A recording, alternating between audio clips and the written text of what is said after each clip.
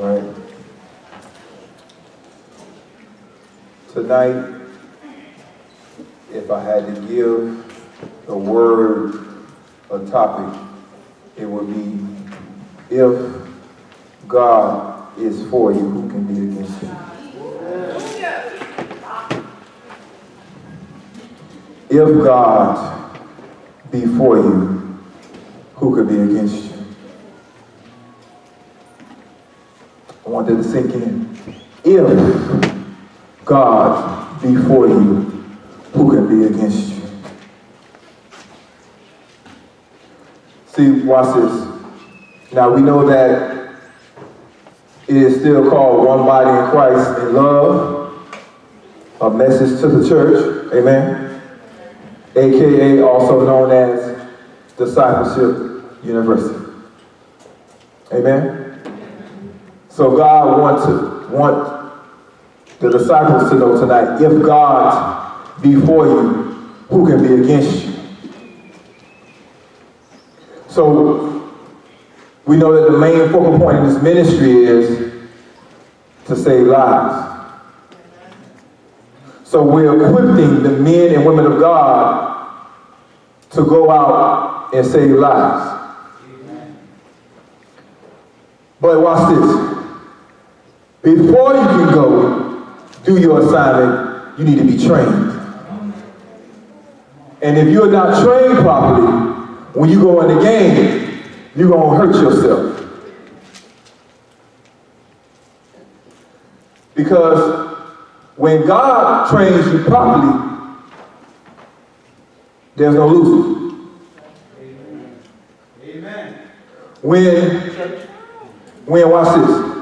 When Joshua was fully trained properly, and he was sent on his assignment to go take out the territories, he was undefeated.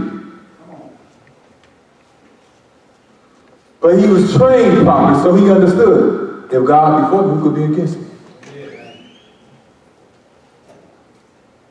So we got to know that if God be for you, who could be against you? Because see, watch this. Watch this. Many times people say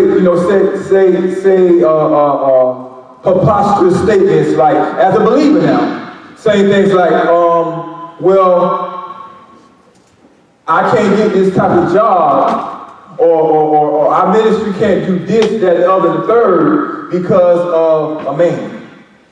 What do you mean? If God be for you, who will be against you? The Bible says the earth is as a drop in a bucket. Now this God, if he is for you, who can stop you? The Bible says he holds the waters of the earth in his hand. But if this God be for you, who can stop you? So when you say that, you don't know what you're talking about. Well, I want to do this, that, other in this place over here, but they won't let me. If God be for you, who against you? The Bible says he is the God of all flesh. So he controls every single entity in this world that has flesh on it. He is the control over it. So when you say this preposterous statement, you don't know what you're talking about. Because if God wants you to have something and do something, there's nothing and nobody can stop him from fulfilling what he desires to be fulfilled. So God wants us to know tonight that if God be for you, who can be against you? That we need to change our mindset and understand that we are with the most dominant force in existence. That's God. When he just says you're going to do something, there's nothing that nobody's going to stop him.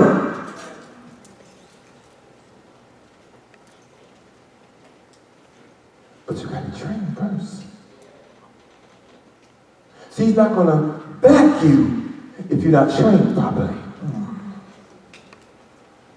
Because watch this, when he sends you on your assignment, you're not going to assignment in the name of yourself. You're going to assignment in the name of the Lord.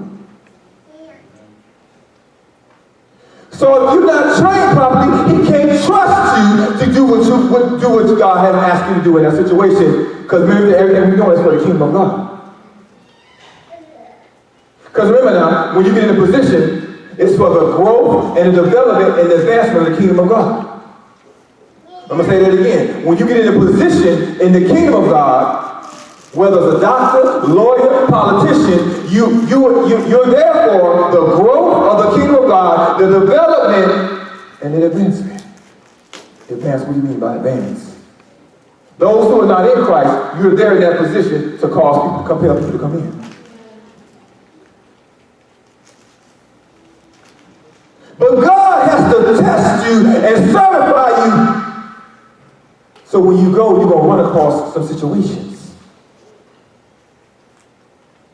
That's why he won't put a novice in a position in the kingdom. He won't do it. Because see, when you train properly, you're ready for every situation that he knows that he has prepared you for every situation that you're going to incur on your assignment. So you don't have to know all the scriptures and Genesis 8. No, you don't have to know that. But when he sends you, he's going to prepare you to do what you're doing. You don't run across a situation where, no. If he sent you, he got you. He got prepared you. So if you're going on your own, no, you ain't going to be prepared. Because what's going to happen is, when you're not trained properly, you're going to easily fall for things you shouldn't fall for. Things that you should have mastered in your training.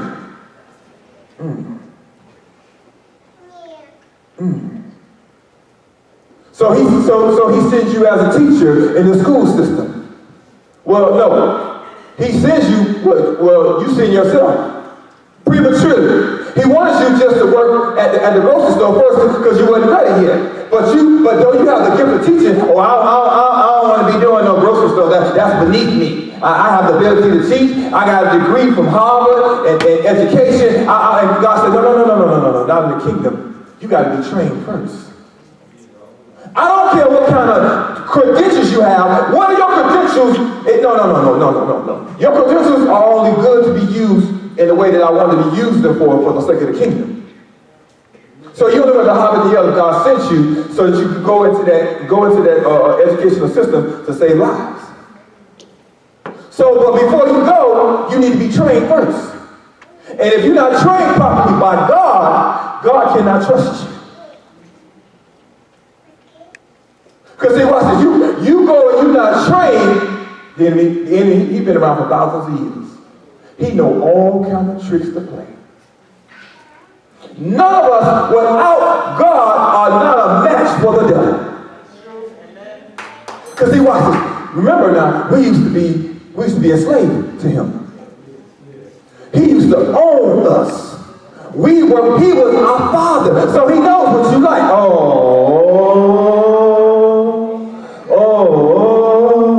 He knows what you like. So when you haven't let God train you properly, he's going to send the very thing that you weren't trained in, that you didn't master, to clean out. Watch this. In football, the opposing team studies your weaknesses. Watch this. Many times, if your team is known as a championship caliber team, they will go so far as try to tape and film your practice and send people in the spy to see what you're doing.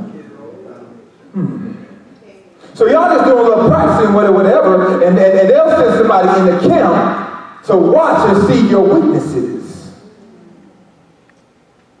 So watch this. I used to play offensive line. So an offensive lineman, our opponent is a defensive lineman. So they have what you call a twist.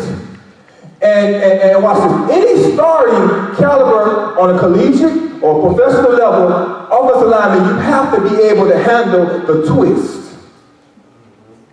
And if you can't handle the twist, that's a weakness. And because watch this, when they do the twist, if you can't pick up the twist, the defensive lineman is going to come through and he's going to sack the quarterback. Possibly put the quarterback out of the game and alter the whole season because of your weakness. Oh, you got what I'm saying to you. The enemy studies you. He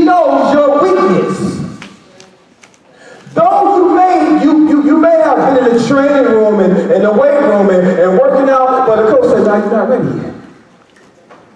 We're going to put you on second team until you get fully trained properly so we can put you in the game. Because in practice, you can't handle the twist. So your twist and my twist may be different. So now your twist might be drugs. Now it's fine that you can't, it's fine that you are in a battle or you're in a situation where God's trying to groom you and exfoliate that thing from you. That's okay. He knows you're not ready. He's the master coach. He said, no, okay, you're not ready yet. You made some progress. You don't drink anymore. You don't fornicate anymore. You don't listen to crazy music anymore. Okay, that's good. But you can't handle that twist yet, because if we put you in the game right now, you're gonna cause the quarterback to be put out the game. So God will take time to process you so that you can do what God has called you to do. See, watch this. His methodology has not changed. The way he called people and developed them and the process of them has not changed. I don't care what's going on in the world. God does not change. He stays the same. He's consistent. He developed people the same way. So if you're in a hurry to get to do something, you're gonna have to get yourself out the kingdom and find something else to do. Because he does not change his methodology of preparing people to do the work in the kingdom. Because remember, you heard me say this before. The process is a systematic procedure performed on you to prepare you for your position. I'm going to say that again. The process is a systematic procedure performed on you to prepare you for your position. What is that? What is systematic? Step by step, situation by situation, situation by situation, to prepare you for your position for the kingdom. So the coach is not going to put you in the starting lineup until you can handle and master the twist. Because he knows if he puts you in the game, there are going to be all of the things going on in the midst of the game. The crowd's going to be making all kind of noise. The people are going to try to get you a distraction. Your mama going to be in the stands waving at you. The people are going to try to get your attention. And you have to be focused and intent to be able to handle everything that the defense is going to throw at you. But God's a mastermind trainer. He knows when you're ready to be put into the game.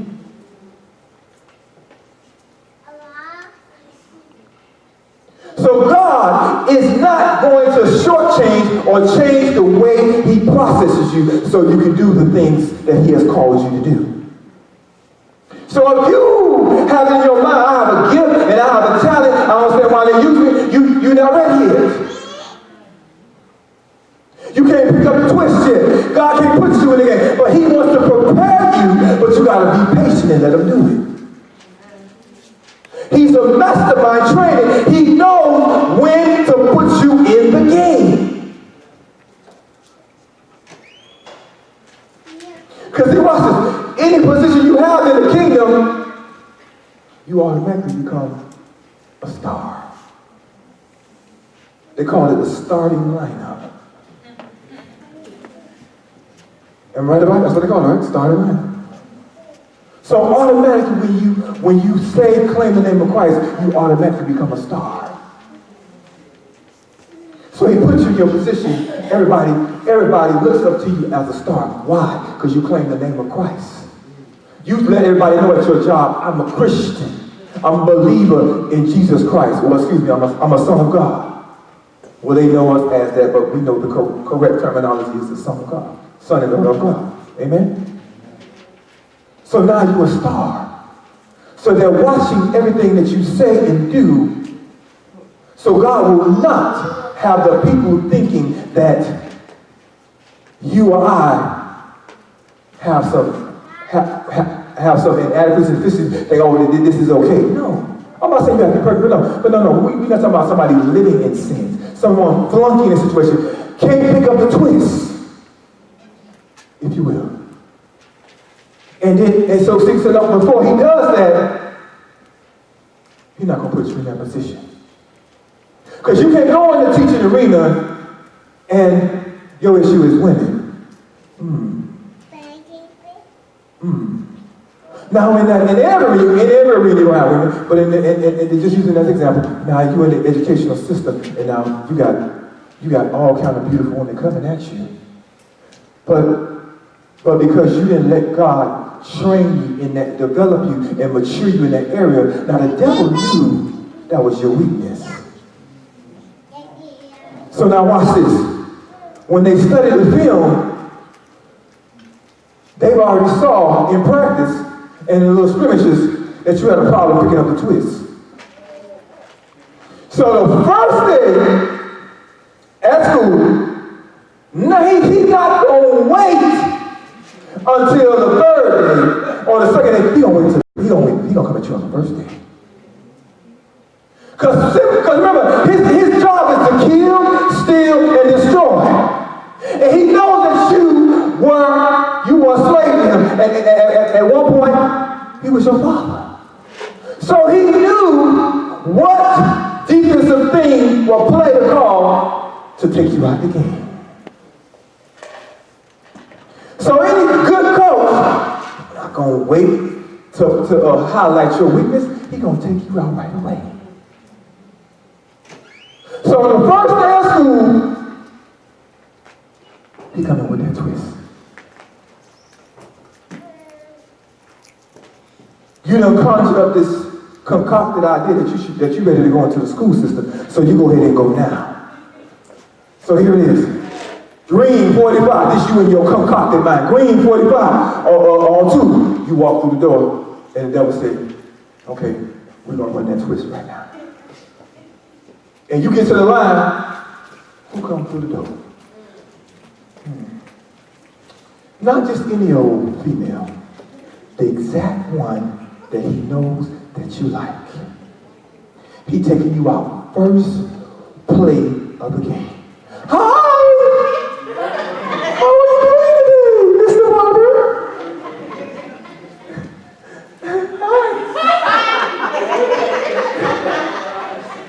I like how tall you are. Your dress, they're so lovely.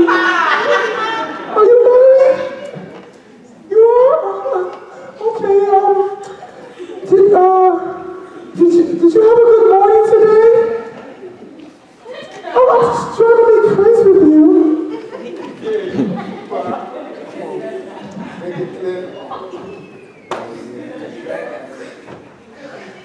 But see, watch this.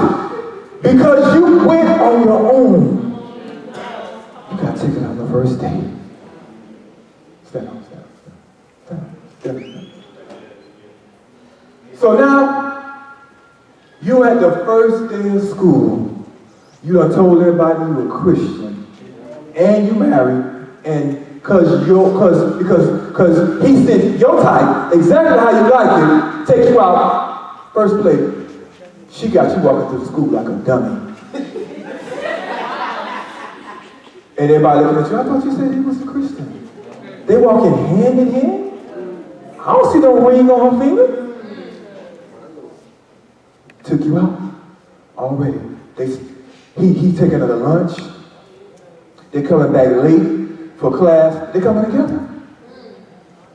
He took you out first play. He said that twist, the first play, took you out. Because you went on your own. And now watch this.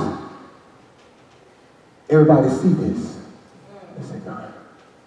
So now what? You gonna see. You gotta sit down. So now watch this. So because you went on your own, God gonna take you out of there.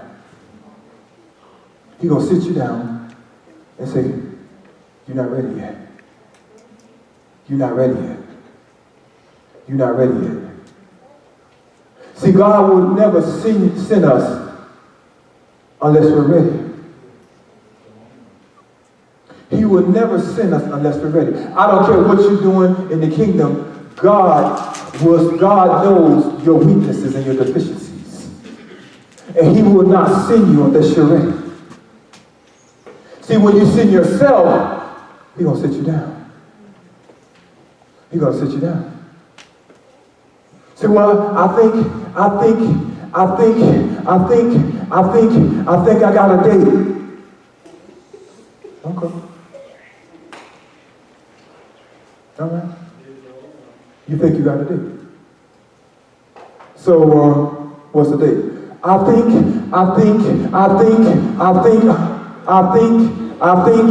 what? Why did you keep on saying I think, I know. You think. You never said, God told me, you think. So when authority questions you about that, you still saying it. I think, and then someone authority say, you know what? Did you pray about that day?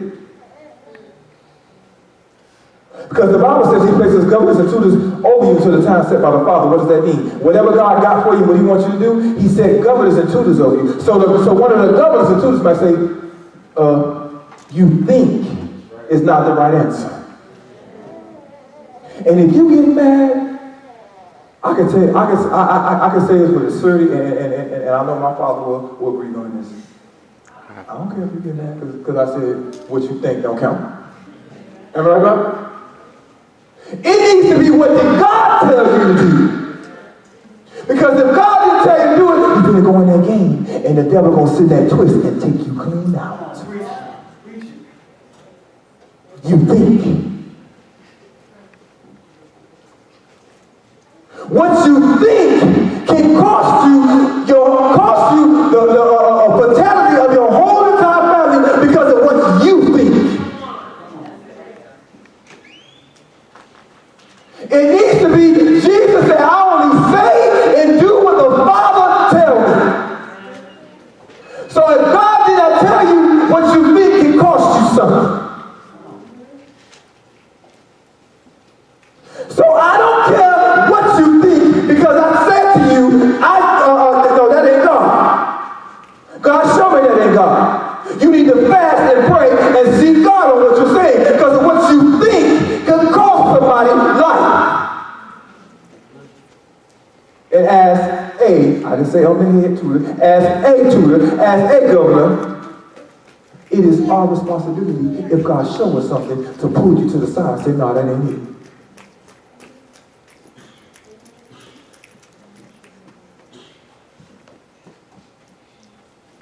These places, governors and tutors to watch over you until the time set by the Father. So it's our responsibility as God leads, and he's saying, watch this, he also said this too. He said that pastors, you're not to be lords over the people. So let me give you an example of what that means. I'm not going to tell you what I think either.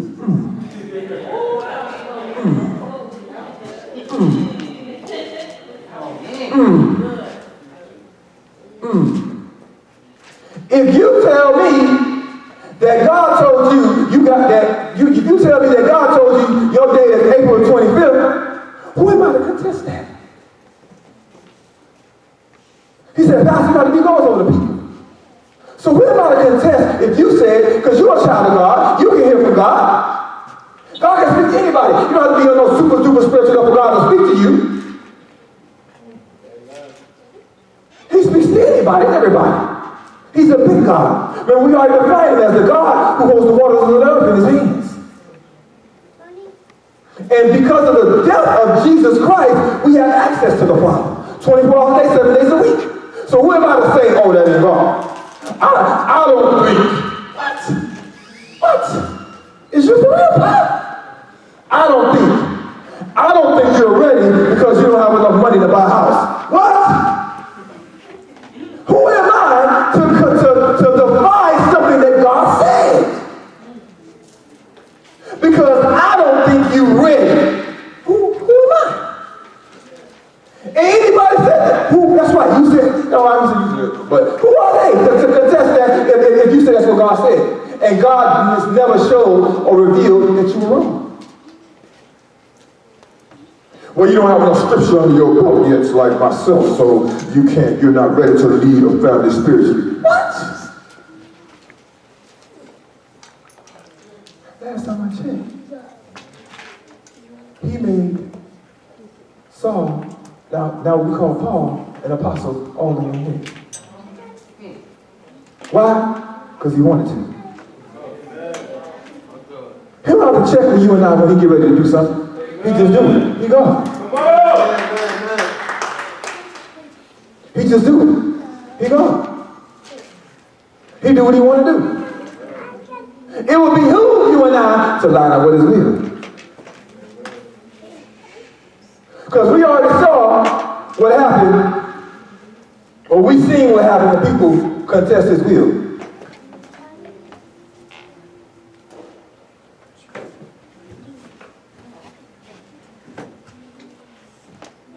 When what's his name?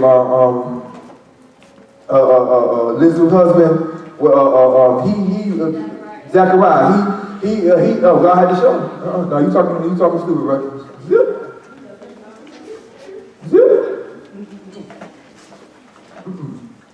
So who am I? But now watch this. If God says something, we're gonna pull you over to the side. No, that's not it.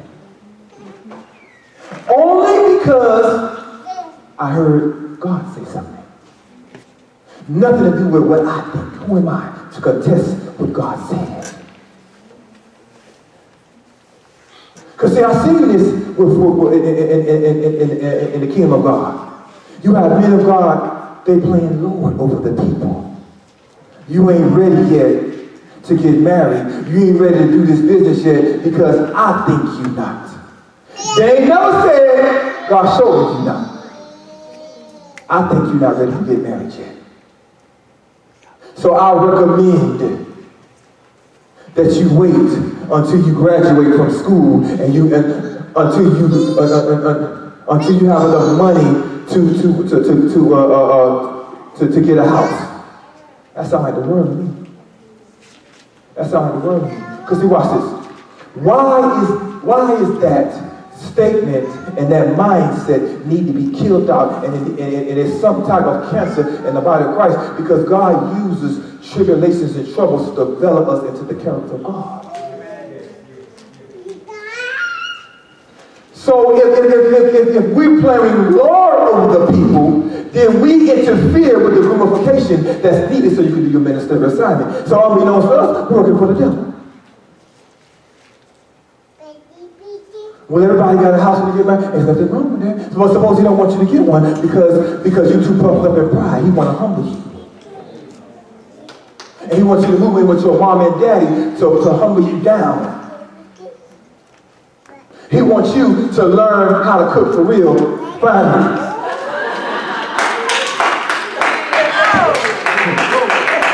He wants you to learn how to clean for real, finally. Since the time from when you was in elementary to college, you thought you was too cute to be cooking and cleaning and washing iron clothes. So finally, he's going to put you in a position where you can do it now.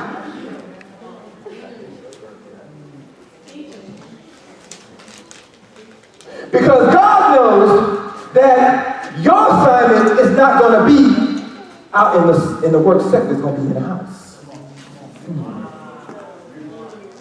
He's going to have you birth out the next King David.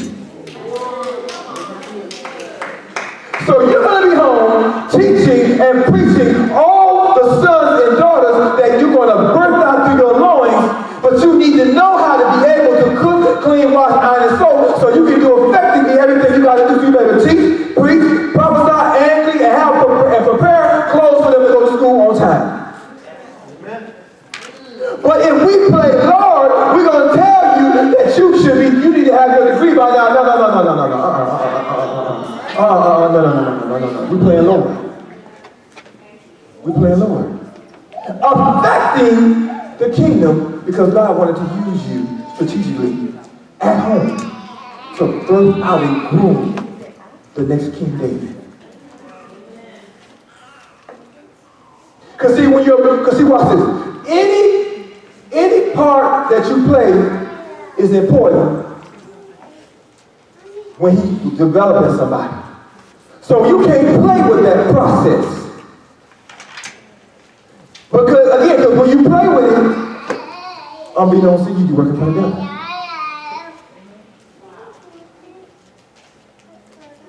Well, I think you should work over here. No, excuse me, what? Many times. Somebody calls and say, what you think about it? You think I should do this? Say, what? Come on, you already know what I'm going to say. What am I going to say? All right. Say it one more time. Okay. What did God tell you? What should I get? I don't know. What did God tell you? Well, no, you need to pray about that. Now watch this. Can God spot on times, at times, say, yeah, God told me to tell you, go ahead and take it. You can do that. But notice what I just said. If I say that, I heard God tell me to say it. So me, God, and you working in congruence together to do your, so help you prepare so you can minister this time. We're not working against each other. We're working together. I'm not sending you in a direction that's going to take you off course. I'm helping you go in a direction to take you on course so you prepare to do your minister this time.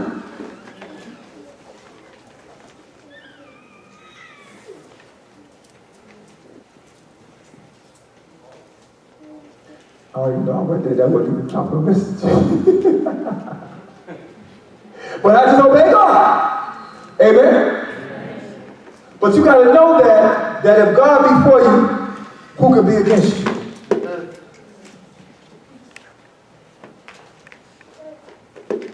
So, watch this. We're going to go to,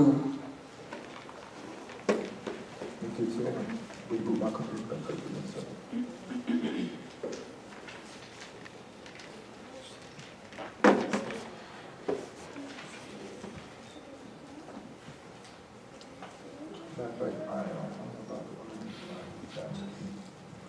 Turn to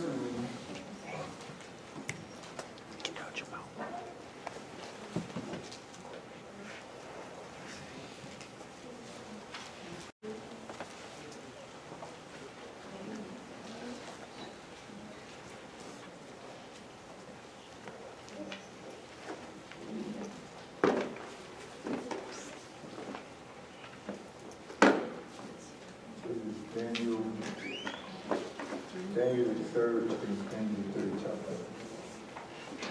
Yeah, Daniel the third chapter.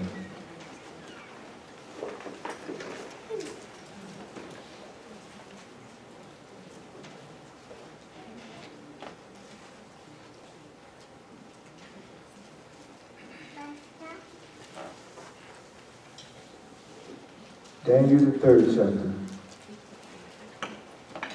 We're talking about if God be for you, who could be against you? If God be for you, and how as kingdom workers we got to know that if God be for you, who can be against you? But that God, before He sends us, He wants us to be certified and trained first.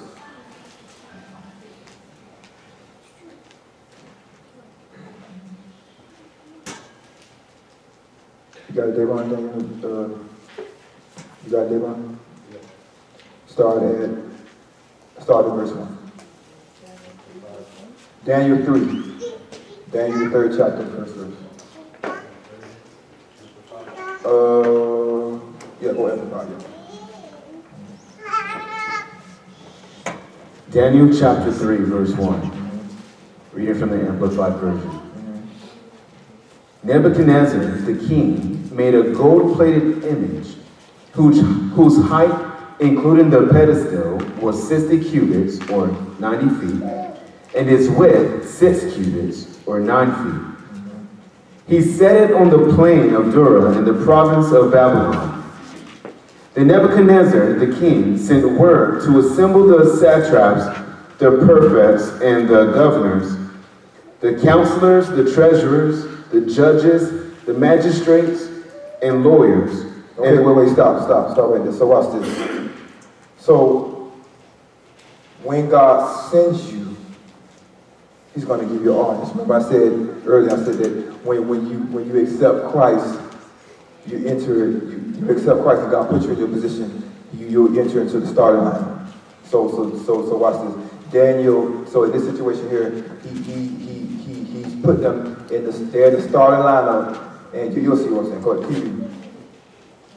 The counselors, the treasurers, the judges, the magistrates, and lawyers, and all of the chief officials of the province to come to the dedication of the image that King Nebuchadnezzar had set up.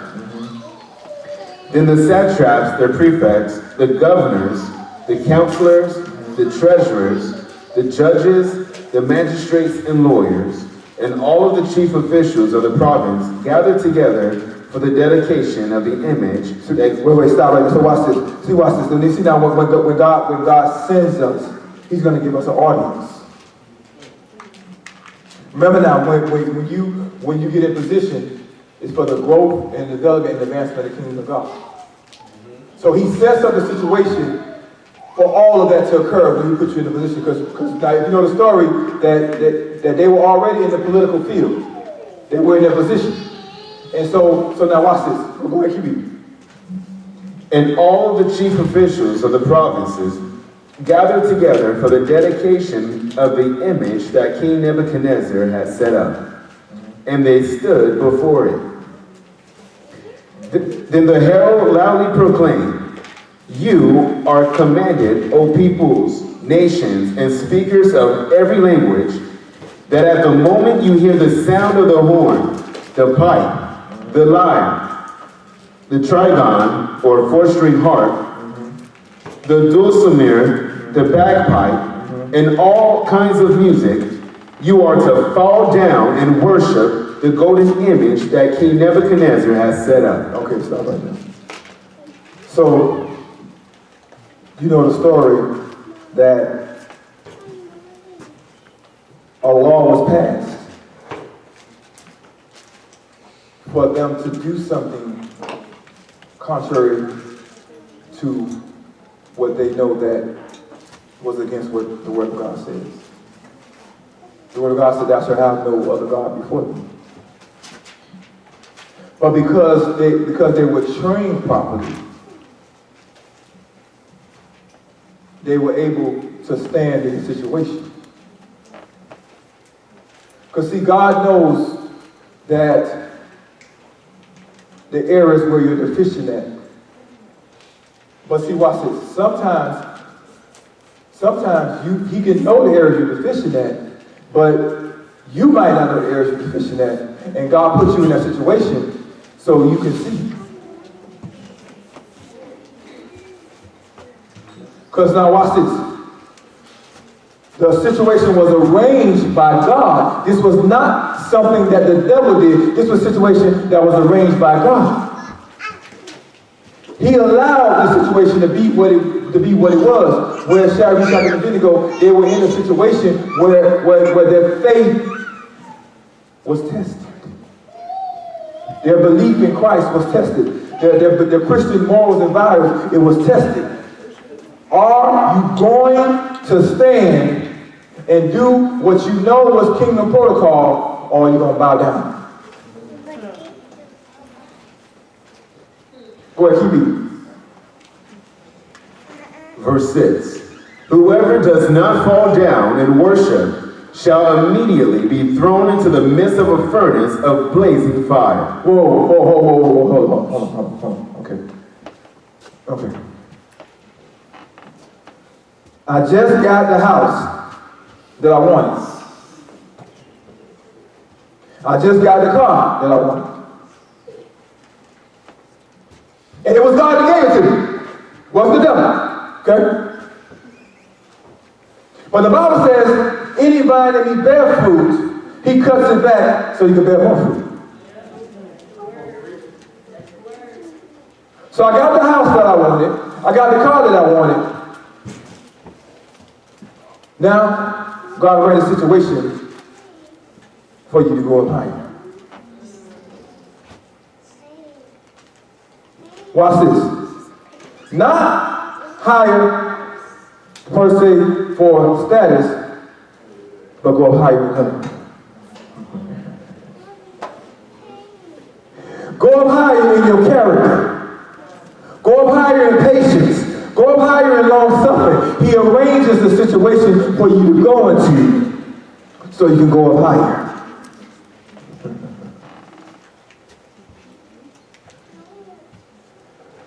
But will you resist what God is trying to take you so he can take you up higher, or are you going to go ahead and just bow down? So he tells you he wants you to do something, and then he puts you in that situation. They say, if you do this, you're going to lose everything you got. Are you still going to do it?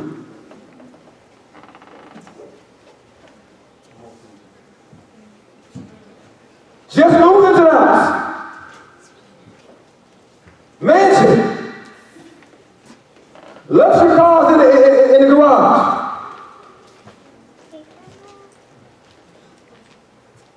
And if you don't bow down to what King Nebuchadnezzar is saying, you're going to lose it all.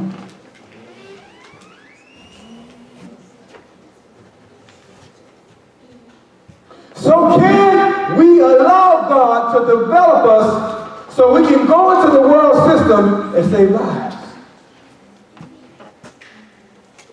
Because see, watch this. If everything that you have is not expendable, then God can use you. For the glory of God, he can use you. Because you're going to hold on to that house. You're going to hold on to that car when God is testing you to see if you're going to let it go. They ask you to do something that's contrary to what God told you. Can you go ahead and still do it? And if you can't do it, God can't use you.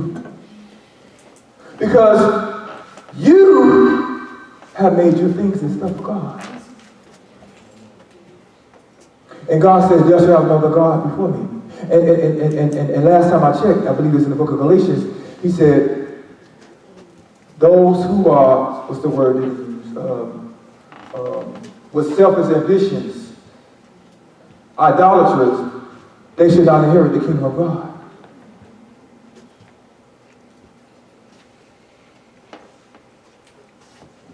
Because see, God is the master coach.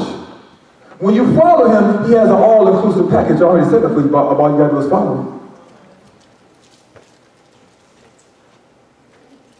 We quote it all the time. Jeremiah 29:11. I know the thoughts that I have. He knows the thoughts that he has for me. Of prosperity over me. Oh, okay. He's trying to give it to you. But will you follow him?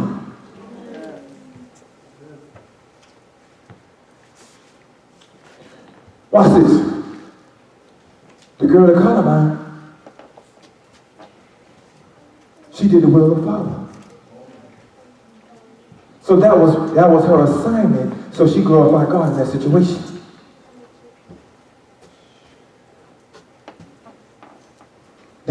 So he will use people in those situations to glorify God. Because you know the story, they were willing to lose everything they had to carry out an order or carry out something that God had told them to do.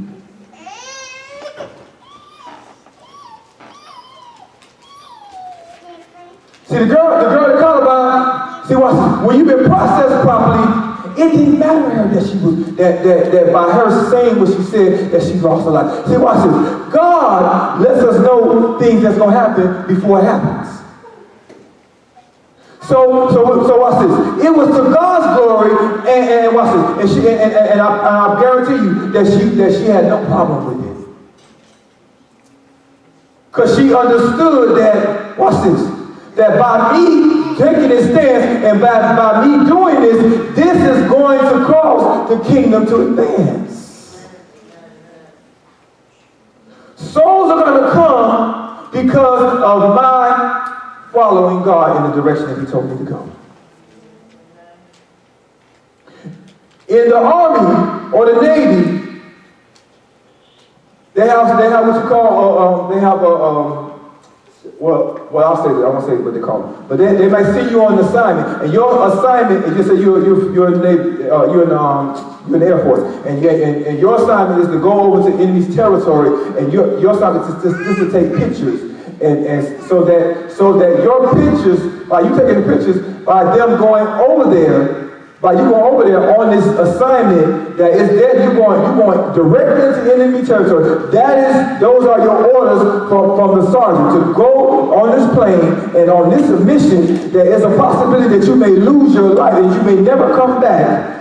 But we are assigning you to go fly the plane over enemy's territory and take pictures so that we can organize and structure our game plan so we can take the enemy out. So you go do what the sergeant told you to do, and they shoot your plane down. But watch this. As soon as you snap the pictures, electronically, the pictures go right back to the computer, and they already have instantly. They have it set up. But because God chose you for that assignment, you die they shoot you down. You can go. You're going to get rewarded and honored because you did your assignment. So watch this. So watch this. So we get the victory for going to enemy territory. We're gonna mention your name. You were an essential part of us getting the strategy because you were willing to give up your life. And if you're not willing to give up your life for the sake of God, God can't use you. If anything that you have is not expendable, God can't use you. There's nothing wrong with having a house, a car, things. There's nothing wrong with that. But you can't be tied to that. It's all about the kingdom, how God wants to use you. So if God wants to use you to put you in a type of mission, then that's to God's glory. It's for the advancement of the kingdom of God.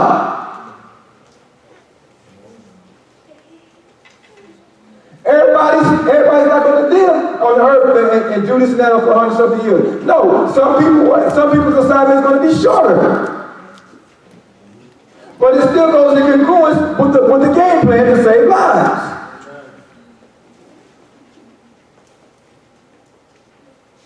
So Shadrach, Meshach, and Abednego, they understood that. Go ahead, keep reading. Verse 7. Mm-hmm. So when the people heard that the sound of the horn, pipe, lyre, trigon, dulcimer, bagpipe, and all kinds of music, all the peoples, nations, and speakers of every language fell down and worshiped the golden image that Nebuchadnezzar the king had set up. At that time... Whoa, stop. So watch this. He arranged the situation, everybody. So there were only a few people that were willing to say, I'm not going to go against something that God told me to do. But God does not need a whole bunch of people to do his will. All he needs is a few. To change the world. Go ahead, keep going. Verse 8. At that time, certain Chaldeans came forward and brought malicious accusations against the Jews. They said to King Nebuchadnezzar, O king, live forever. You, O king, have made a decree that everyone who hears the sound of the horn, pipe, lyre, trigon, harp, dulcimer, bagpipe, and all kinds of music is to fall down and worship the golden image. And whoever does not fall down and worship shall be thrown into the midst of a furnace of blazing fire. There are certain Jews whom you have appointed over the administration of the province of Babylon, namely Shadrach, Meshach, and Abednego. These men, O king, pay no attention to you. They do not serve your gods or worship the golden image which you have set up. Whoa, stop right there. So watch it. God will set it up, and he will have the enemy to know, like they're not doing what you said.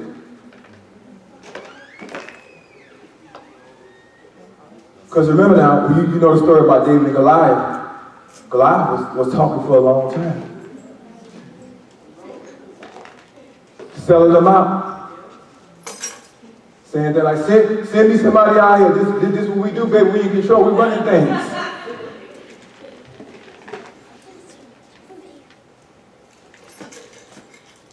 But God again set the situation up.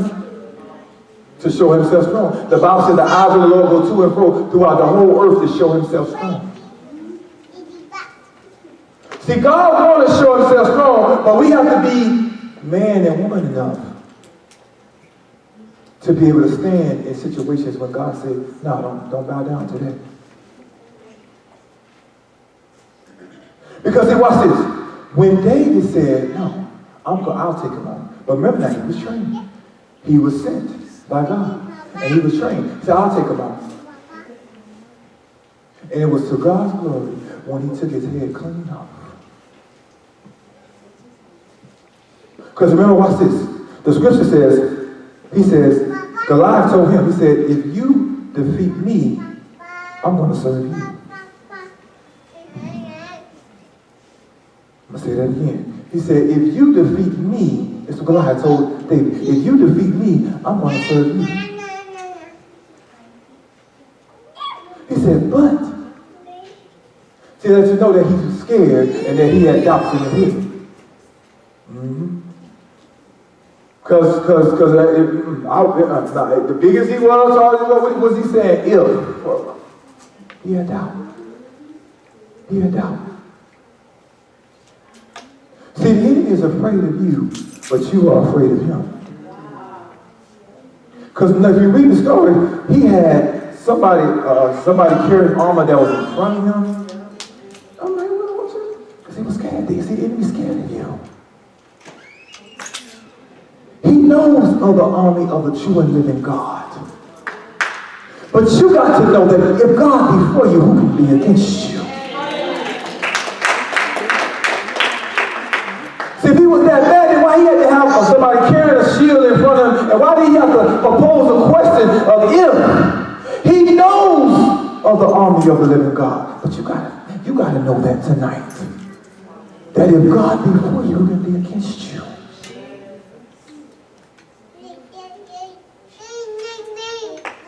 So what did he do?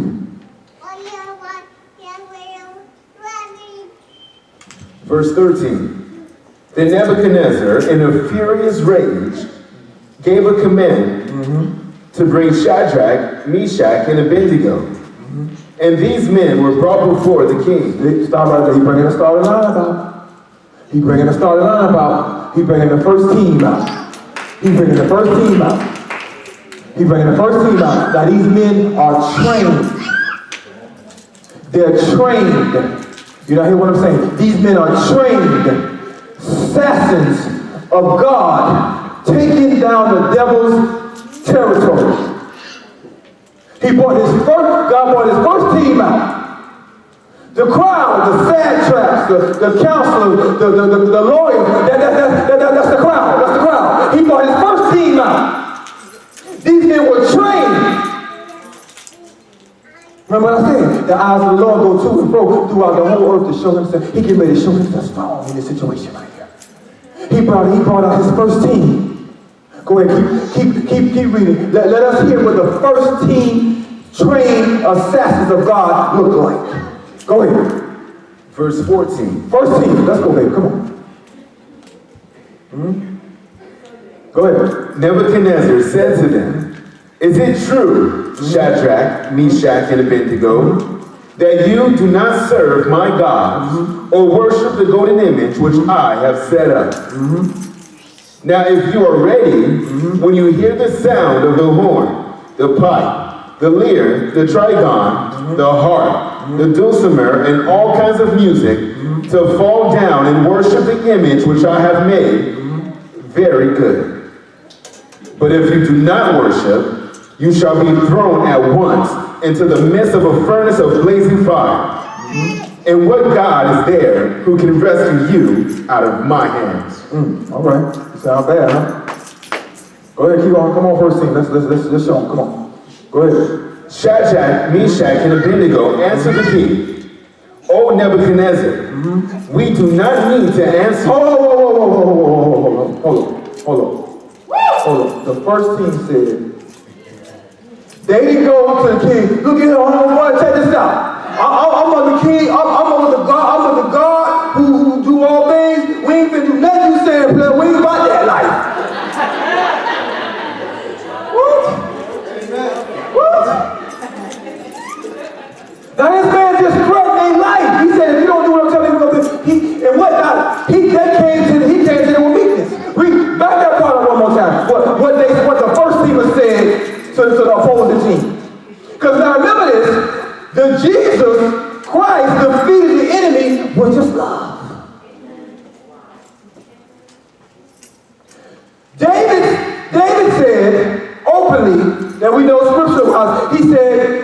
said, the time is coming that the God, that the children, that Israel, that the whole world should know that the God that he fight with shall now fight with no longer swords and staves.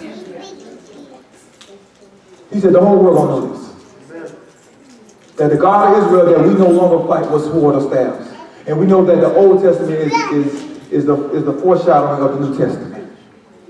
He was letting us know we get ready to fight like this.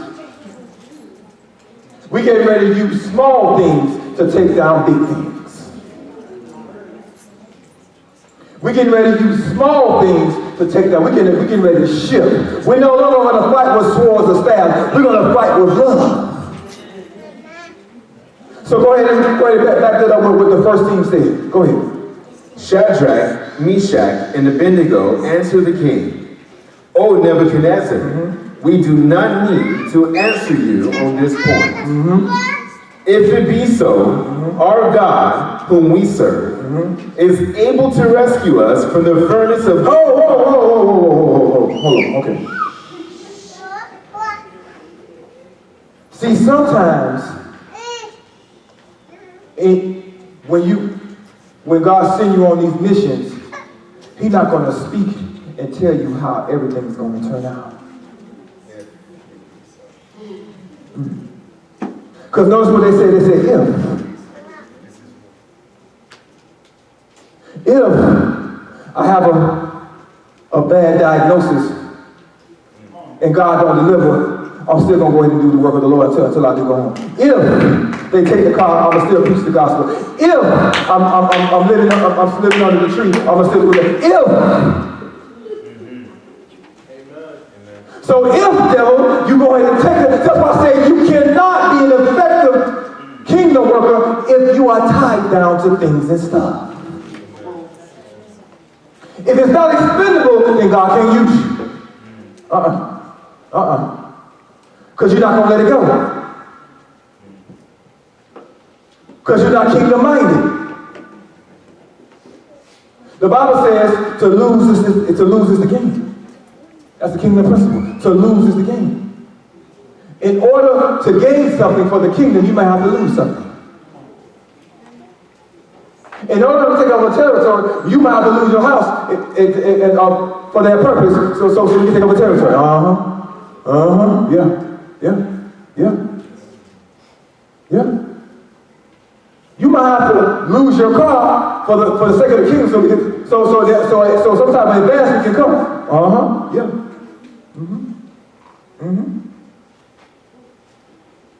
You may even have to lose your wife. What? For the sake of the kingdom, for the advancement of the kingdom, so we can take over territory?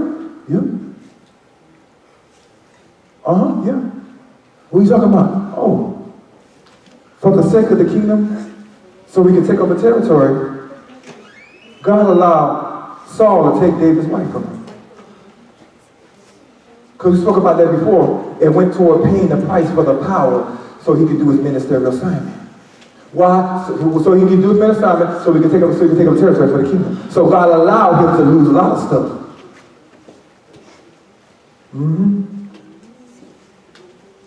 But watch this. It was only temporary. But God showed him he did it to test him. He got it back at the end, but he lost it temporarily. Oh, God will try you like that. And watch this. And if you can't be willing to put in a situation, God cannot and He will not use you. Because you tied down to things and stuff. Cause you know I got to have me somebody to rub on that night. I can't be riding around these cats, these ashy legs and hairy legs. I gotta have something to rub on that night, man. I ain't with that, man. I ain't used to that. I ain't about that life. So God, if you want me to do something with you, you gonna have to have me something to rub on that night, cause I ain't with that. Oh, for real? For real. You out the way. We can't use you. Can't use you. Can't use you. Because you got to have something to rub on that night. Okay. We can't use you. Because why? Because if God decides to use that temporarily, or you can't have it, then what you gonna do? What you gonna do?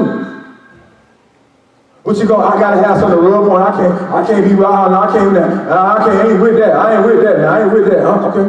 God can't use you. You gotta have something to rub on at night, huh? You gotta have some curves to rub on. Huh? God can't use you. Everything must be expendable for the sake of Christ if need be so you can do your ministerial assignment. Amen. Well, I got a brand new 750 Li, that thing fresh and fly. Okay, that sounds good. Nothing wrong with that. God can give you that. But God may have you let that thing go for the sake of the kingdom. Yeah. The job you had was paying, it cost you $800 a month. And the deal was so sweet, it included insurance, $800. You cover that. You cover that one hand tie behind, you got right, check that. Yeah, man, ain't nothing right there, man. Like that. Yeah. That's okay, now we're going to move you to another position. We're going to move you over here at McDonald's. We're going to start you off at Fry's. Amen. The two managers, if they got a knife, they're going to hell. And you have a way with words, and you're good with dreams and visions. I want to send you in there to save them. So I need you to sell your car, downsize your house, and go to McDonald's and do this assignment. Amen.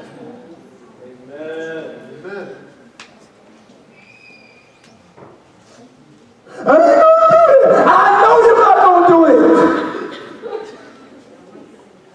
That's why it's messed up. Because we're teaching it the wrong way.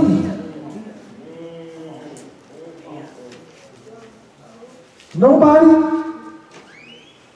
ain't telling you that it's a bad thing for you to have a BMW. I'm not telling you that lie. That's a bad thing about it. I'm not telling you that lie. But what I am telling you is, if this comes before God, then you out of order. Meaning, if you can't let it go, if God asks you to, then you out of order. Because in reality, that's the small thing. That's the small thing. That's the small thing. You can't give up the small thing. God can't use you. In the eyes of God, those things are of small value. What he sees as a great value is love, gentleness, peace, meekness. Those things are greater value. Those things are small value.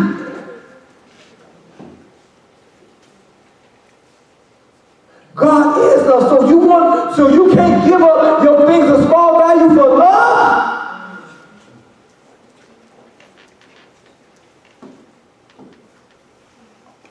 Can't use you.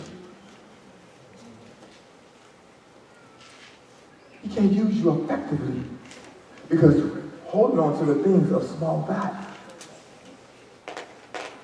Because your mindset is warped.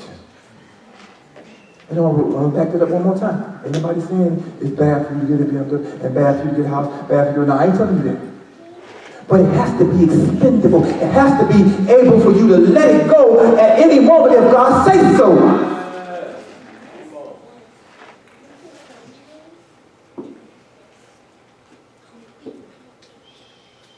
If you read through a lot of the scriptures, which we call the principles, a lot of them will say, if you give up this, if you give up that, if you give up this, if you give up that. Matthew 19, he said, if you forsake mother, father, house, land, then you receive manifold more. If you give up what you if you no, excuse me, say right. He said, if you forsake. What you mean? So in order for me to gain this thing right here, this level of blessing, I gotta forsake. I gotta not take care of my house, my car, whatever. Yep.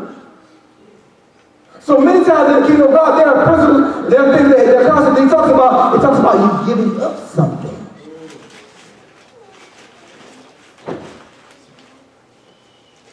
So what I'm saying is, you gotta be willing to let things go if you want to be used effective in the kingdom of God. If you want to experience everything that God got for you, you gotta be willing to let things go.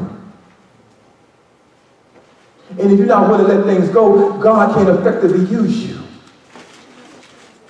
So enjoy it, do it. Oh, and when God said that, I need to leave that behind because this is a small thing anyway. I need you to go save this life over here.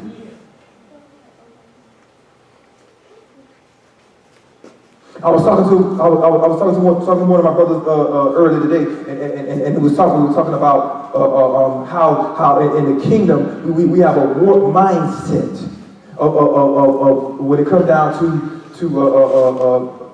jobs and working and things and who this, that, other, and the third. And we were talking. I said, Christ is the husband, and we're his bride, and he takes care of us.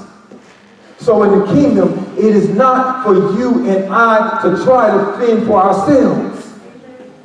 God provides for us.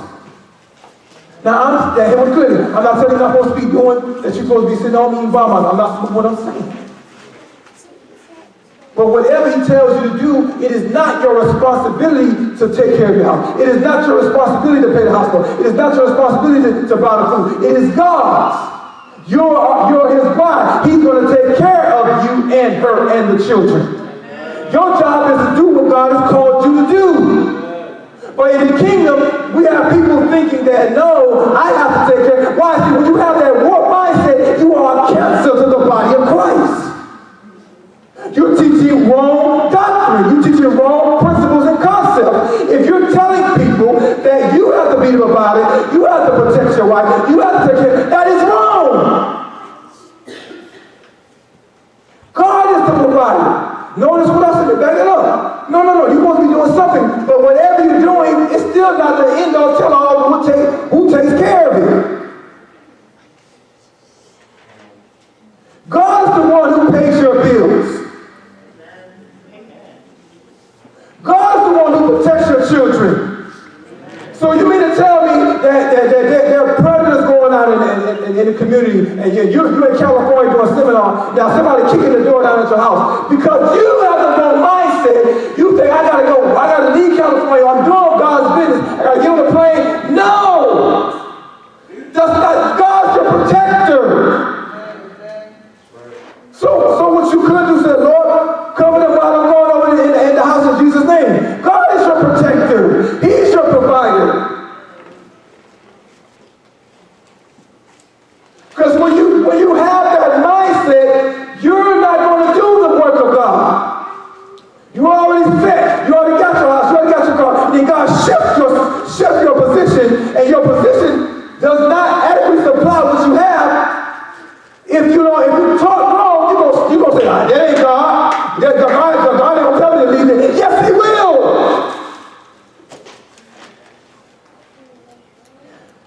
The story, he asked them to give up. He put them in that situation. He tried them. That was not that he tried them. He showed the world. Let me show you what the first string looked like. Let me show you what the first string looked like. Let me show you what my first string looked like. They stepped to the king and said, "Oh, king, sir," not knowing whether God was going to do it or not, but they knew that I cannot disobey what God said. I cannot bow down to another God other than the God I serve. I don't care what the order is. I got to carry the order, even if it means to my death. Oh, glory to God, you got to get this. Amen. God's not going to put you on his first team unless you have a kingdom mindset that everything is expendable to carry out God's orders. Amen. Right. I don't care if nobody agrees with you. I don't care if nobody likes what you say. If you know that God said it, can God put you in a situation where you're willing to lose everything to carry out the order of God? Those are the first things that God is calling in this day and time. That's willing to lose everything to carry out his orders. And if you're not willing to lose everything, if God tries you like that, you can't be on his first team. Hallelujah.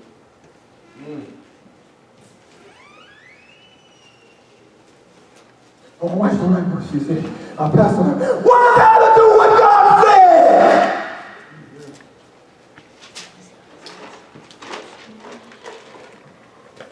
If God truly said it, he will defend you in that situation.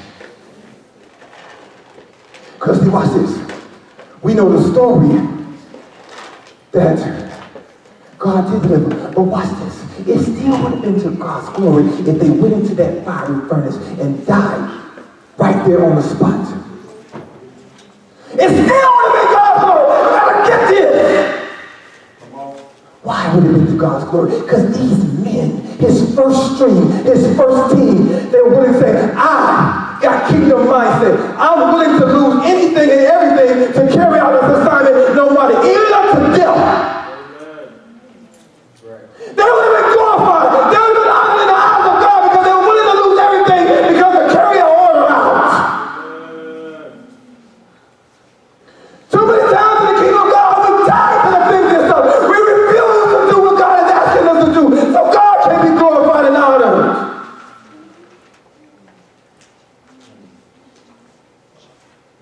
We can't score any points because the team members, they have refused to let go of the things that God has actually required them to.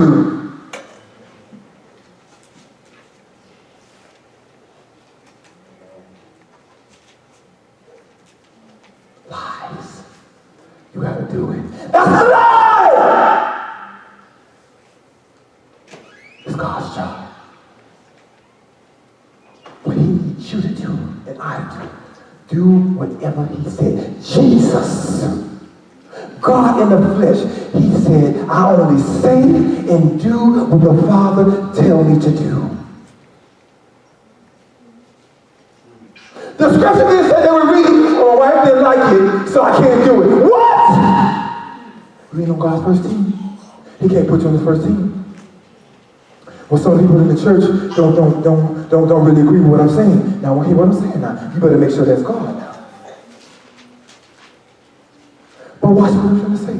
Myself included. Who are they and who am I? If God told you to do something, you better go ahead and do it. Now, and be a little redundant. You better make sure that's God now.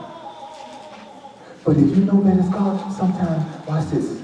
Isaiah said this about Jesus. He prophesied. He said, he's going to blind their eyes, deaden their hearts, so neither they will see nor believe. Paraphrasing, that he was the one that they sent. Yep, God did that. Yes.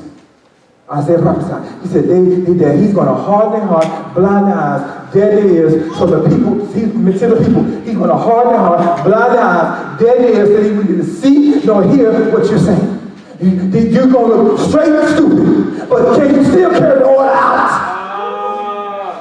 When nobody believes what you said, can you still say what God's telling you to say? Those are the first things that God has told you this day and time.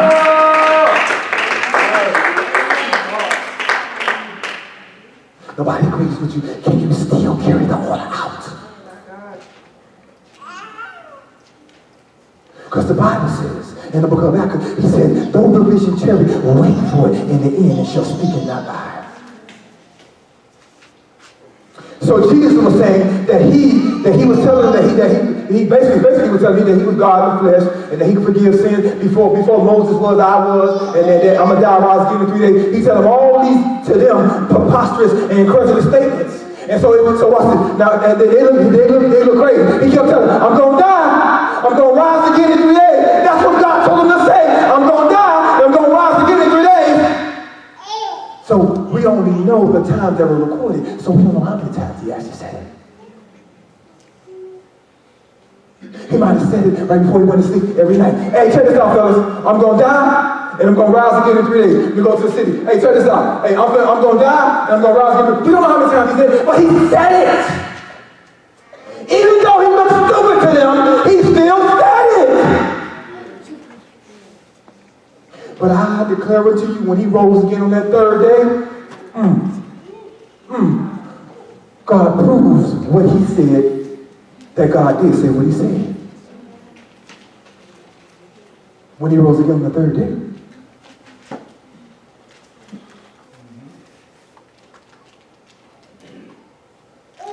See, when you're on God's first team, you're trained. You're willing to do whatever it is, even unto death, to carry out the standard of Christ.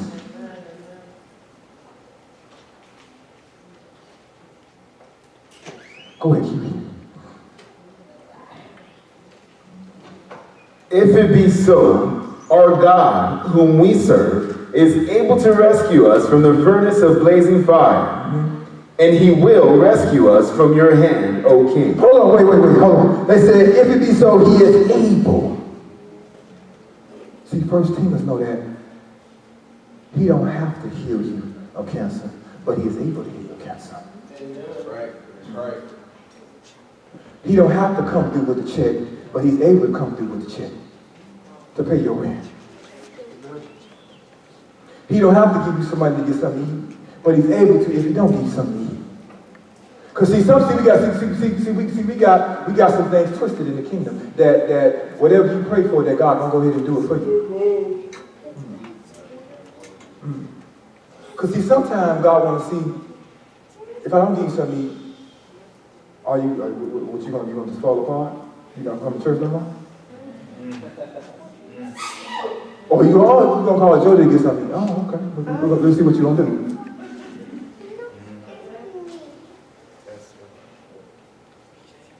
Oh, you done did all this marvelous work for God, and now you're facing foreclosure. And God may let it go ahead and get foreclosure.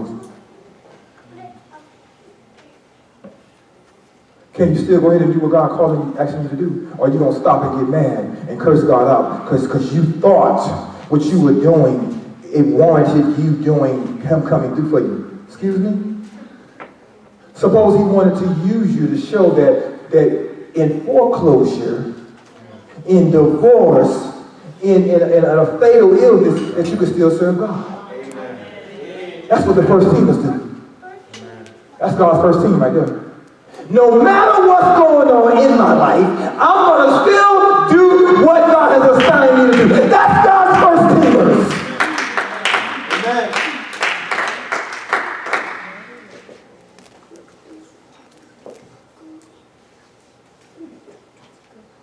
Want to be used of God? That's what you got to do right here. Be willing to lose everything for the sake of God. So that, remember what I said at the beginning, when you get in positions for the growth and the development and advancement of the kingdom of God, the kingdom is going to get, there's an opportunity for the kingdom to get advanced in this story. Keep reading. We're going to read it, we're going to close out the video. Go ahead, keep reading. But even if he does not, let it be known to you, O king, that we are not going to serve your gods or worship the golden image that you have set up.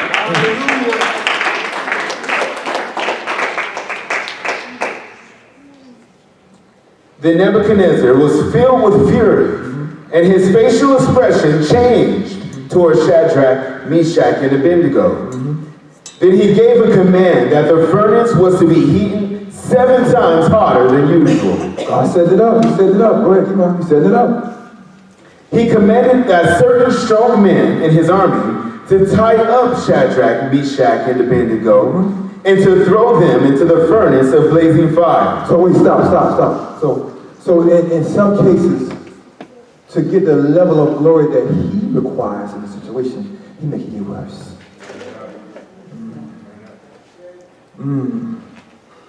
He make it get worse.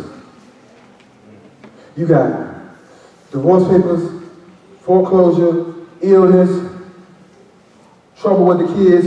It's stacking up. But see, watch this. God sometimes allows situations to be what they are so he can show himself strong. Amen. Because when we start saying, if God before you, who could be against you? Go ahead, keep on. Verse 21.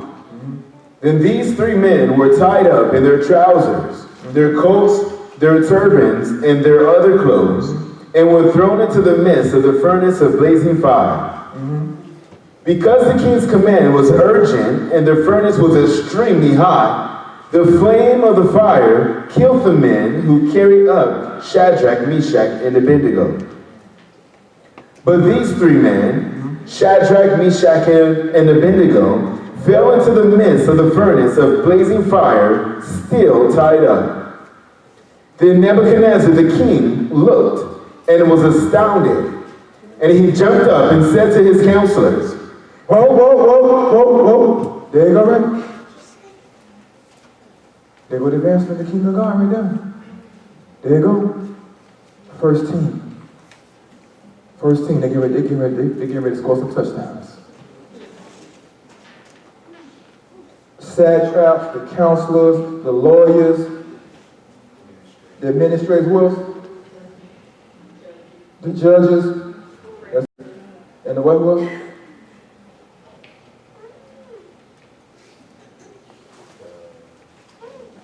Okay, now we got the picture. So watch this. So you understand, it's set up.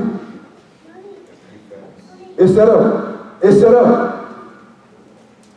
They were all there. They heard what he said. They said, the God that we serve, he's able to deliver. So whether he delivers or not, we're not going to submit to something contrary to what God said.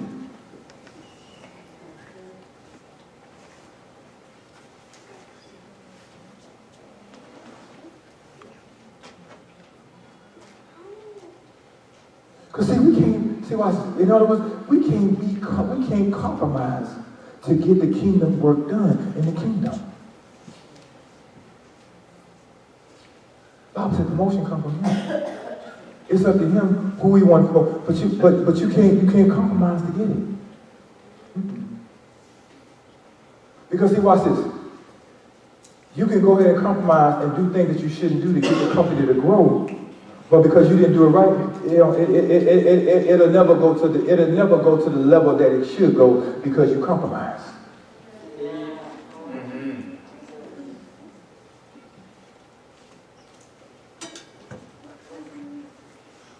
You'll never be an effective man of God if you play manipulation and games to get position and gain and get things and stuff in the house of God. You'll never so properly. Because you use manipulation, you use witchcraft to get what you wanted.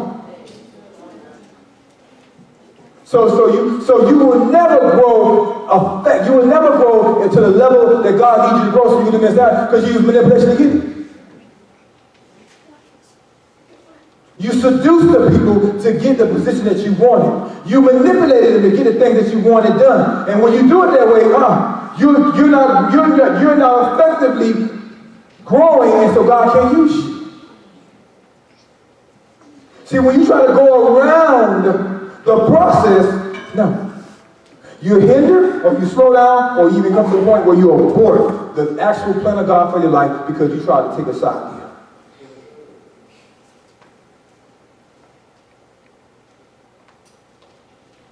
These men were willing to lose everything.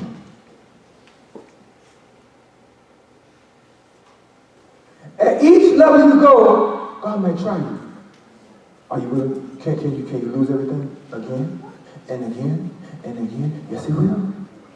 Yes, he will. Yes, he will. Each level that he go up, each level you go up in the kingdom, as sometimes he'll try you. Okay, you already established in this, and you got this, you get this, that, and the other. Okay, can you give it up again? Huh? Yeah. Can you give it up again? Yes.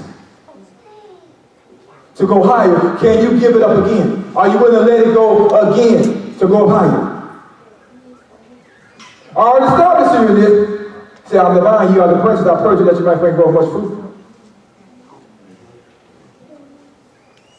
So you can have some fruit and you bring fruitful areas and God can try you again. So you can blossom some more. Can you let it go again? You stood when they fought last time. Can you stand through a similar situation again? Can you go through it again? For the glory of God.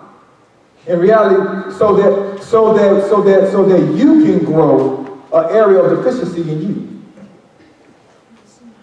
Because watch this. In reality, the fire comes to burn off the deficiencies in us.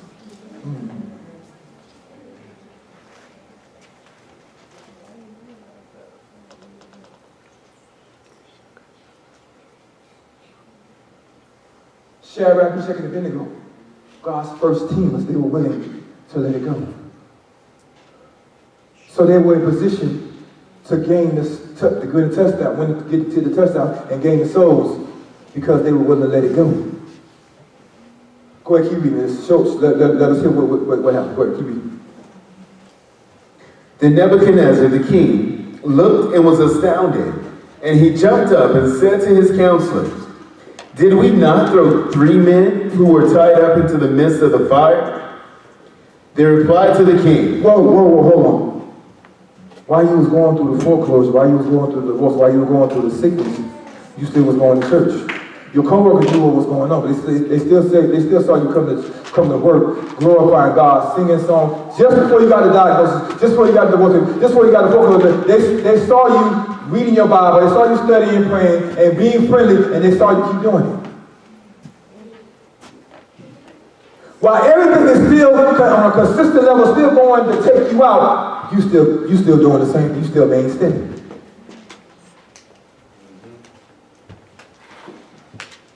So they pass this around the school about what's going on with you, while allowing the people to know what's going on with you. They say, "Man, that brother, I don't know how he's doing. He's smiling every day. He talking every day. He eat his lunch the same place.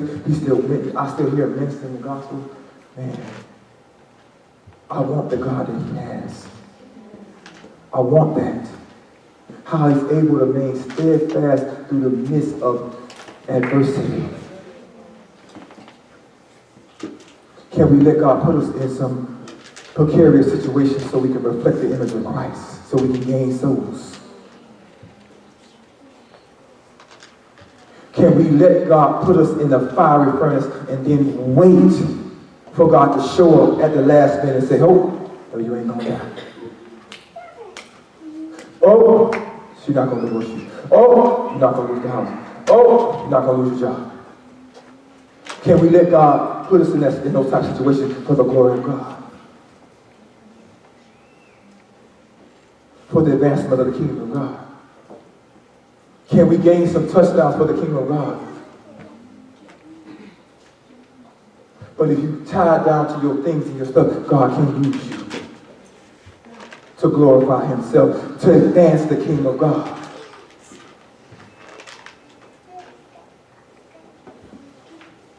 These men were willing to let it go for the advancement of the kingdom of God. These are God's first team players.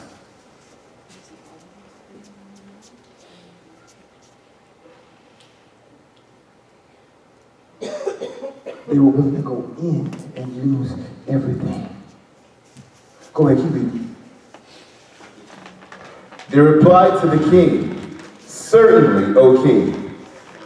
And he answered, "Look, I see 4 men untied, walking around in the midst of the fire, and they are not hurt.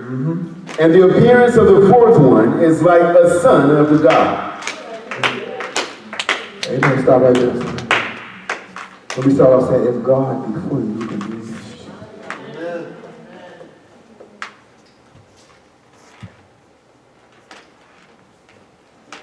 God wants somebody to know tonight that you're in the fire, but he's getting ready to come in there and get you out.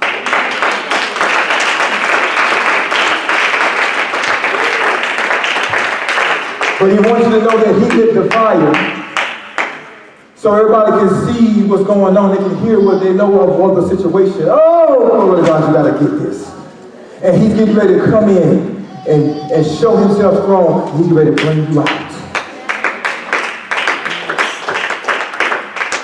Because you projected the image the right way. And people know what you went through. He's getting ready to bring you out.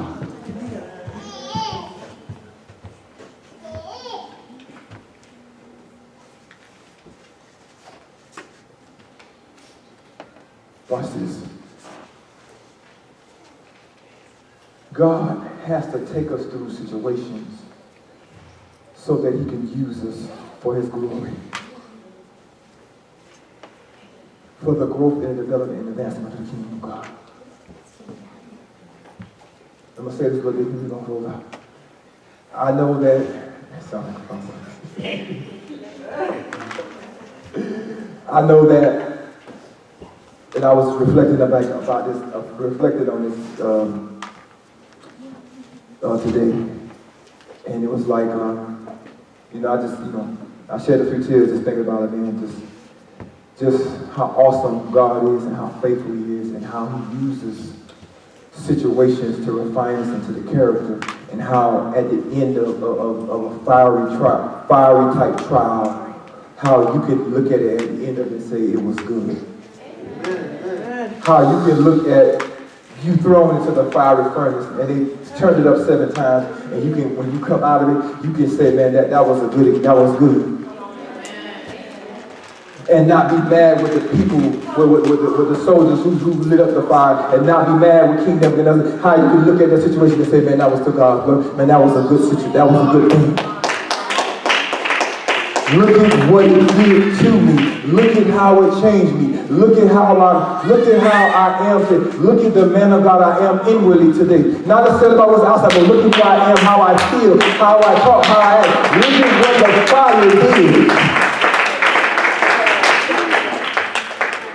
But it all started with me obeying something that God told me to do.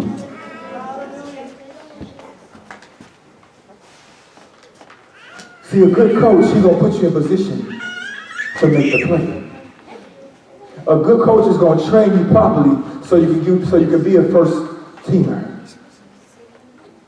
No good coach, his ideal for you is for you to be on the second and third team. In some cases, because you didn't work hard enough or you didn't have the ability to be on the first team, or for whatever reason. But he never sets out to put you on the second and third team. His mind, his hope for you is for you one day to become a first team player in your position. But watch this. But he has to take you through some things so you can be a first team player.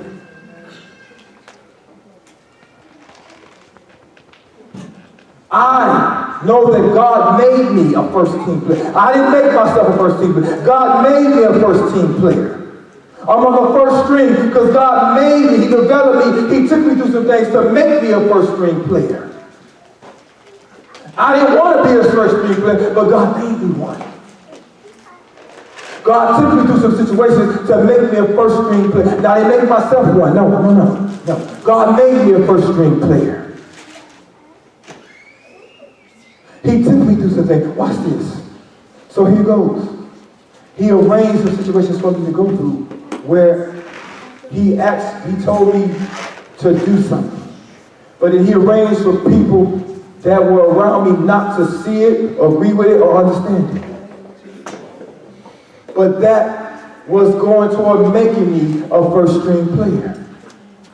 Because I was willing to lose everything that I had to carry God's orders out, like Shadrach, Meshach, and Abednego.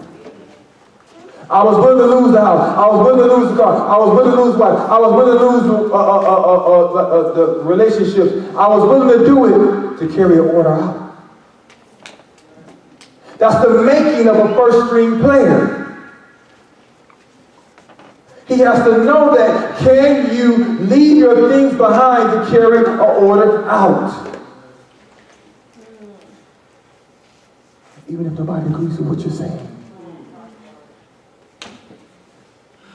I'm walking in the streets of Miami, carrying the order out. You don't hear what I'm saying to you. In the area where I grew up in, where people know me as a legendary figure, here it is. I'm back in this community where I'm walking. Wearing run-down clothes, and they riding by, waving and looking at me like, what's going on? But unbeknownst to them, I was being made and groomed and prepared so I could be on the first string. Because God has to know, can you go through these things and still carry my order out? Went from living in a mansion to living in a hot, dirty house, no air conditioning, no hot water, roaches and rats running around. And all of y'all are my children now, but at the time I only one. Couldn't see her, couldn't even talk to her. Can you still carry the order out even in desperation type situations?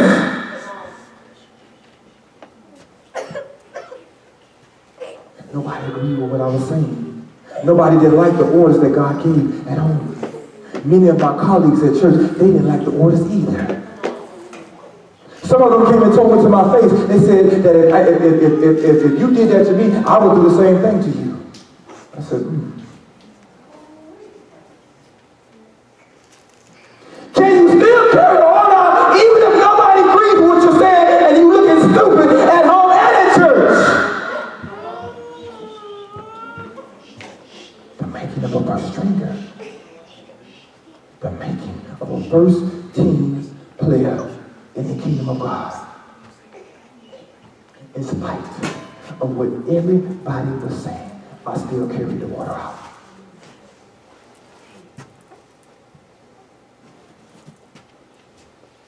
So now I'm looking crazy. No truck, no house, no wife, no Amber. In the natural, I have nothing. But because I have God, I have everything. Because the Bible says in Him you are complete. See, I learned in the midst of the making of a first string player is when you have God, you have everything. He will give you peace in the midst of a storm. And many of you heard me say this before. While I was at the house, the first day I got there, God came in the house and He put His hand on my shoulder and He didn't say anything. And watch this. He didn't say, I'm going to get you out tomorrow. No. See, you got to be made. So He just let me know I'm with you here. You're going to stay here for a while because I got to make you a first string player so I can use you to save lives. But I'm letting you know that I'm here with you. So I understood God is here with me, and I got to stay.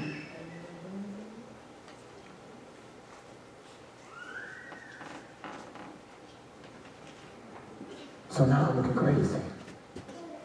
But then, if God, so I was saying, if God before you could be against you. Now notice what I said before now. God hardened people's hearts. So He had to see. Blind their eyes, dead ears, need to see it. So many people in the ministry and at home didn't even fathom nothing what I was saying. They said, it just don't make no sense. God wouldn't tell you to do that. Okay. So I'm carrying the order out. Not weeks going by, years going by. I'm doing what God's saying. And God said, okay, let me do something here. All of a sudden, God started doing some things. All of a sudden, the same one that they were talking about, saying stuff, oh, he just that ain't God, God won't tell him to do that. I come to church driving in the BMW.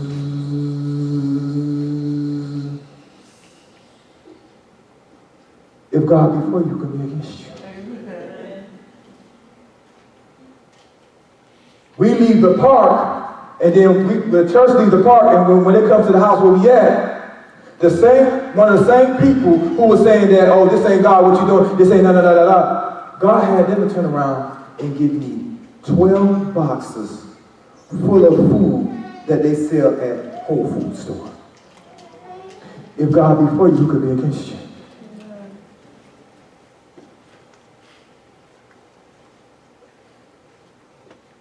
See, I had to learn that let God defend you. Let God protect you. Let God fight for you.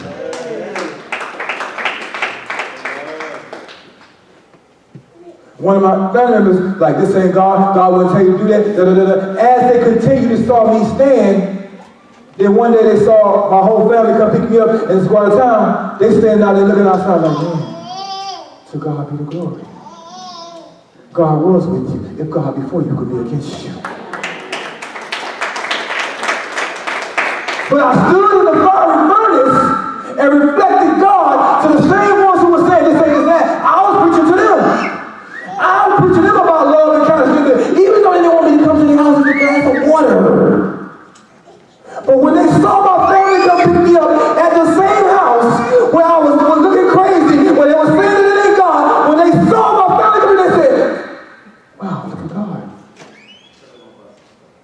So when God came into the fiery furnace, they all saw God. They all saw God. They all saw God. I'm coming to church in different cars. They all saw God. They all saw God. The one you said God came, and they all saw God. He said, if God be for you, who can be against you? Then watch this. You this last one. Then in the midst of the situation, one of the same persons in my family said, this ain't God, He had them to turn around and say, call me on the phone. I thought they were playing games. And they said, so, where do you get money to eat with and food, this, that, and I'm like, I'm not going to tell you that. You don't Florida State team, man. You don't know. That ain't none of your business, brother. You were Florida State. So I said, okay. I ain't really answering the question. Because if God before you could be against you, He'll make people who hate you give you stuff.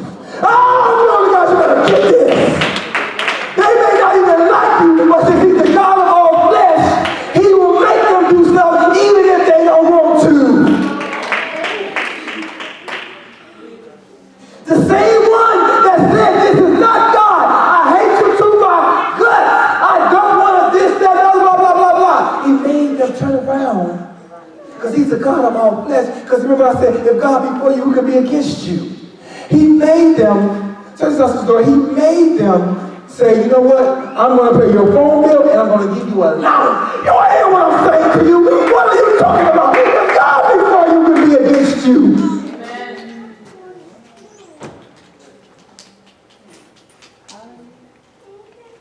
He's the God of all flesh. He is in control of everybody in every situation. If God be for you, who can be against you?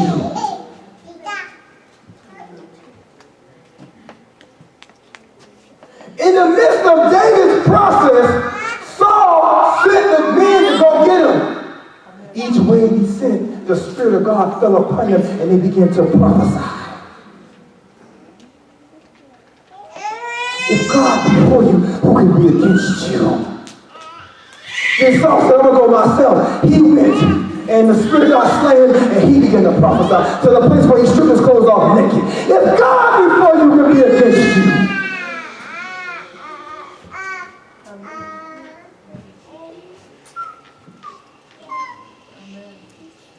So we don't have to be afraid when God sends us into the next level of glorification process so that we can do our ministerial assignment.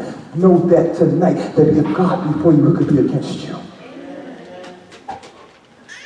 He told the children of Israel, he said, only ye rebel against the Lord, neither fear the people in the land, because they are just bread for us.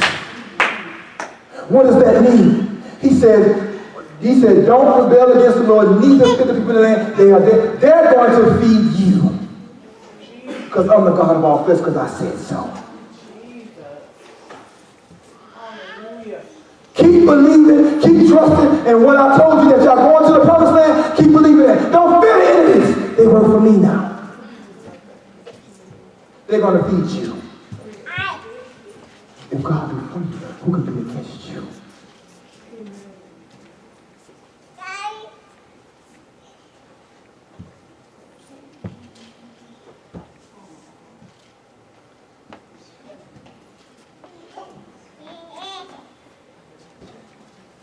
So now, my first team player.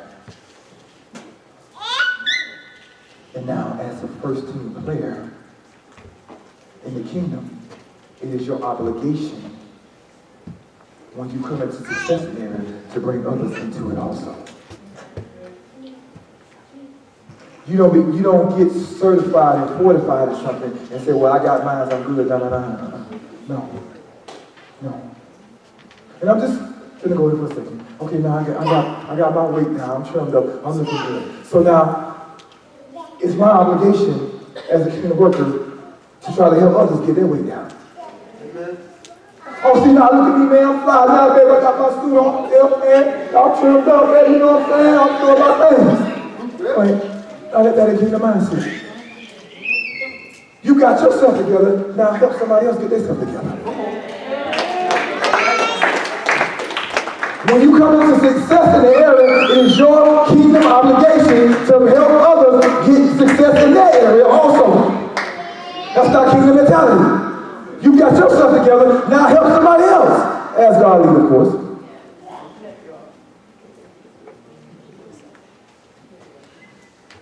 Amen. That's my word.